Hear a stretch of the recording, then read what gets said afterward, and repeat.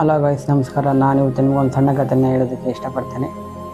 ಒಂದು ಚಿಕ್ಕ ಗ್ರಾಮದಲ್ಲಿ ಅರುಣ್ ಎಂಬ ಹುಡುಗನಿದ್ದನು. ಅವನಿಗೆ ದೊಡ್ಡ ಕನಸುಗಳು. ಆದರೆ ಒಂದು ಸಮಸ್ಯೆ, ಅವನು ತನ್ನ ತಂದೆ ತಾಯಿಯ ಮಾತನ್ನು ಅಷ್ಟು ಗಮನಿಸುತ್ತಿರಲಿಲ್ಲ. ಒಂದು ದಿನ ಅರುಣ್ ತನ್ನ ಸ್ನೇಹಿತರ ಜೊತೆಗೆ ಹೋಗಿ ತಪ್ಪು ನಿರ್ಧಾರ ತೆಗೆದುಕೊಂಡನು. ಅದರ ಪರಿಣಾಮವಾಗಿ ಅವನು ಕಷ್ಟಕ್ಕೆ ಸಿಲುಕಿದನು. ಆ ಸಮಯದಲ್ಲಿ ಅವನಿಗೆ ನೆನಪಾಯಿತು ತಾಯಿ ಹೇಳಿದ್ದ ಮಾತು, ಮಗನೇ, ನಮ್ಮ ಮಾತು ಕೇಳಿದರೆ ನೀನು ಸುರಕ್ಷಿತವಾಗಿರುತ್ತೀಯ.